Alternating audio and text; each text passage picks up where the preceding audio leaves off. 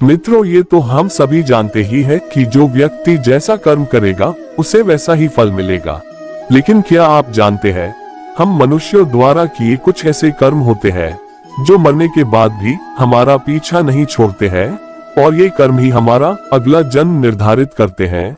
मित्रों, हमारे पुराणों में बताया गया है कि कौन से कर्म करने पर किस योनि में जन्म मिलता है। गरुड़ पुराण विस्तार से इस संबंध में हमें जानकारी प्रदान करता है।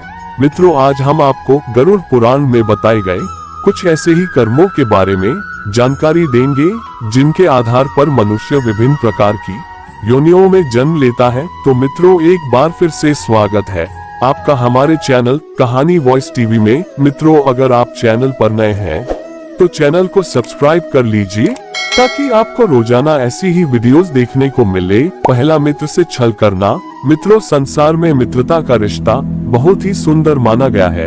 एक सच्चा मित्र समय आने पर अपने प्राणों की आहुति भी दे सकता है, किंतु मित्रों तब क्या हो जब कोई सच्चे मित्र से ही छल करने लगे। गरुड़ पुराण में ऐसे लोगों के संदर्भ में विस्तार से बताया गया है कि जब कोई व्यक्ति अपने मित्र से छल कपट करता है तो मृत्यु के बाद उसे नरक को जाना ही पड़ता है। साथ ही साथ उसका अगला जन्म पहाड़ों पर रहने वाले गिद्ध के रूप में होता है। उसे मरे हुए पशुओं का सड़ा गला खाकर जैसे तैसे अपना जीवन यापन करना पड़ता है। दूसरा, धर्म का अपमान करना। मित्रों, इस संसार में आपको कई ऐसे व्यक्ति मिल जाएंगे जो अपने धर्म के साथ साथ दूसरे धर्मों का भी सम्मान करते हैं। वहीं कुछ लोग ऐसे भी होते हैं जिन्हें दूसरों के धर्मों से तो चिढ़ होती है, परंतु वो अपने धर्म को भी तुच्छ दृष्टि से देखते हैं। ऐसे लोग पुराणों में लिखी हुई बातों को नजरअंदाज करके अपनी अल्प बुद्धि का परिचय देते हैं। इनके संदर्भ में गरुड़ पुराण कहता है कि मरने के पश्चात इन्हें नरक मिलेगा और साथ ही इनका अगला जन्म कुत्ते के रूप में होगा।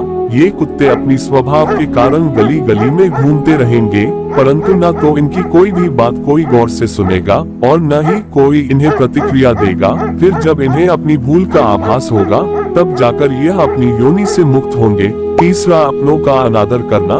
मित्रों, इस संसार में किसी भी मनुष्य का जीवन उसके परिजनों के सहयोग के बिना संभव नहीं है।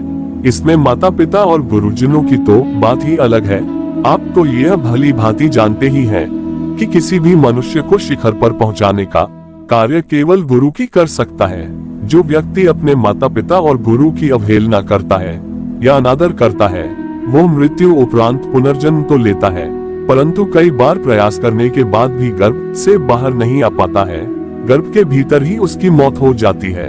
चौथा, ज्ञान को न बांटने वाला। मित्रों, ये तो आप भली भांति जानते ही हैं कि हमारे सनातन धर्म में ब्राह्मणों का कितना महत्व है। धर्म के अनुसार संसार में कोई भी यजमान, चाहे वह कैसा भी हो, चाहे वह अपनी ओर से दक्षिणा देने में समर्थ न हो, तो भी ब्राह्मण का यह दायित्व है कि वो अपने ज्ञान से उसका भी कल्याण करे। परंतु यदि कोई ब्राह्मण ऐसा नहीं करता है तो इस जन्म में तो उसकी ख्याति खराब होगी ही होगी। अगले जन्म में उसे बैल बनकर धरती पर आना होगा और फिर उसे आजीवन अपने कर्मों पर पश्चाताप करना पड़ेगा। पांचवा, चालाकी करने वाला। इस संसार में ऐसे कई लोग हैं जो अपने कामों से सभी का हृदय जीत लेते हैं, परंतु वहीं कुछ लोग ऐसे भी हैं जो अपनी चालाकी से सीधे साधे इंसानों को मूर्ख बनाते रहते हैं। ऐसे लोगों के बारे में गरुड़ पुराण में बताया गया है कि ये लोग अगले जन्म में उल्लू बनते हैं और फिर अपनी चालाकी का पश्चाताप करते रहते हैं। छठा, बड़ों का अपमान करना। मित्रों, जिस प्रकार सभी पुत्रों का यह दायित्व है कि वे अपने माता पिता की सेवा करते हुए अपने दाम्पत्य जीवन का निर्वाह करें, ठीक उसी प्रकार से एक आदर्श बहू का भी यही कर्तव्य होता है कि वो अपने सास ससुर को सम्मान दे। परंतु इसके विपरीत जो स्त्री अपने सास ससुर की सेवा नहीं करती और उन्हें अपशब्द बोलती है और बिना कारण ही कलह करती रहती है, तो उसे अगले जन्म में रक्त पीने वाली जोग के रूप में इस धरती पर जन्म लेना पड़ता है। सातवां, गाली देना। मित्रों, आप यह तो जानते ही हैं कि मनुष्य के कंठ में माँ सरस्वती का वास होता है। इसीलिए शास्त्रों में बताया गया है कि मनुष्य को कभी भी ऐसे शब्द नहीं बोलने चाहिए जो दूसरों की भावनाओं को आहत करें। परंतु फिर भी कई लोग अपशब्द बोलने से बाज नहीं आते हैं और छोटी छोटी बातों पर अन्य लोगों को गाली देने लगते हैं।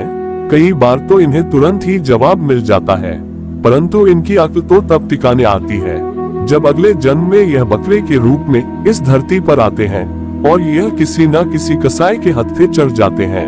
8वां कामवासना रखने वाले मित्रों, इस संसार में कई मनुष्य ऐसे हैं जो स्त्रियों को बड़े ही सम्मान की दृष्टि से देखते हैं। उनके मन में स्त्रियों के प्रति किसी भी प्रकार का विकार या दुर्भावना नहीं होती है। वहीं इस संसार में कुछ ऐसे लोग भी हैं जो प्रत्येक स्त्री को बुरी नीयत से देखते हैं। ऐसे लोगों के बारे में बताया गया है कि मरने के पश्चात इन्हें अगले जन्म में गधे की योनि प्राप्त होगी और तब ये चाहकर भी किसी स्त्री पर वासना युक्त दृष्टि नहीं डाल पाते हैं। 9वां, विवाह के उपरांत दूसरे पुरुष से संबंध रखना। मित्रों, इस संसार में ज्यादातर स्त्रियां पतिव्रता होती हैं और उनके मन में अपने पति के अलावा किसी भी दूसरे पुरुष का विचार नहीं आता है।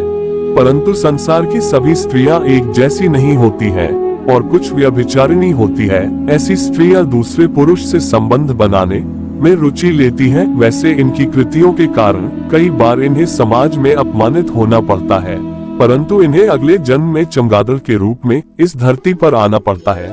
तो मित्रों, आशा करते हैं कि आपको समझ में आ गया होगा कि किस कर्म को करने से कौन सा जन्म मिलता है। अगर आपको इसके बारे में पहले से जानकारी थी तो नीचे कमेंट करके जरूर बताएं। मित्रों, अगर आपको यह वीडियो पसंद आए तो वीडियो को लाइक करें और चैनल को सब्सक्राइब करना न भूलें। धन्यवाद।